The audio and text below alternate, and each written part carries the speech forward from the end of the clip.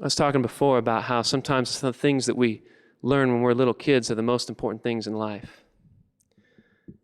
And sometimes I start thinking of these when I think, man, someday I want to have some kids. And I hope they learn the things from me that I learned from my parents, the good things. And we all learn things from our parents sometimes that aren't good things, you know what I'm saying?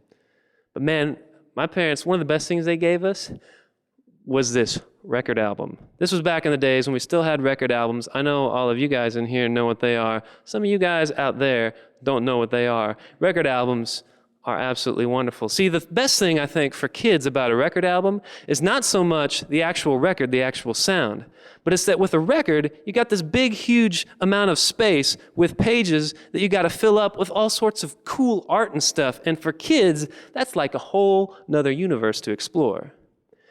Well, maybe that was the case with that album, but this album also had something on it that made it special. And we thought that it was the most awesome sound in the world. It went something like this. Were chicka chicka bum bum psst. Were chicka chicka bum bum psst. Oh man. Of all the magic, mysterious, open a child's imagination to the universe sounds, that one has got to be the most awesome. It was awesome fast. Were chicka chicka bum bum psst. Were chicka chicka bum bum psst.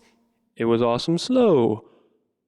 Were chicka chicka bum bum psst. I don't know how many times we took a trip to Agape Land, met a magical conductor who told us about the music machine, but every time we did, a red-haired, freckle-faced boy and his completely dominant, chubby-cheeked older brother forgot about their never-ending competitive rivalry and sang songs about love, joy, peace, patience, kindness, goodness, faithfulness, gentleness, and self-control. You'd think we would have worn out the record, that lovely black groove piece of plastic with an album cover of original art, confirming in our childhood minds that Agape Land actually existed. Oh, you could tell me all day, Bill Walton, that Herbert the snail had never crashed through spider webs, collided with crickets, or learned from his wise aged father to have patience, don't be in such a hurry. But I could hear them, true and real, singing to me as I brushed my teeth in rubber-footed pajamas, when my parents prayed for me or told me bedtime stories, those simple melodies lilting through my dreams.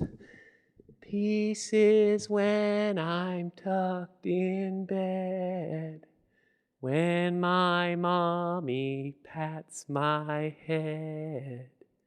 Peace is smiling while I sleep. God gives me peace. And I'm standing here in a thrift store in Georgetown, Kentucky, staring at the memory of a world that seems like it never really existed. I've gotten an education, lived in the world we know where divorce rips apart families, abuse batters mothers and children. Christians don't always act like the God they proclaim. Drug addictions, disease, killing, war, injustice, rape, poverty, and indifference to the pain of other people stifle our confidence, dominates our existence, makes us feel like the only thing real is survival in the face of a never-ending cycle. But I can't stop the real memory of two hope-filled children singing with big, wide grins. Jesus is my Lord.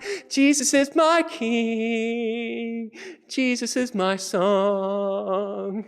And this is why I sing. And I'm singing now, with tears streaming down my face like angels dancing on the ruins of bodies buried in bombed buildings. I don't understand how beauty can bloom in the face of atrocity.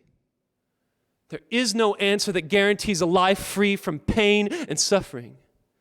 But I am holding on to the unbelievable hope that a land of love will last much longer than the voices that scream it's not real, that a childhood song can heal, that we were made to steal back life from the jaws of death.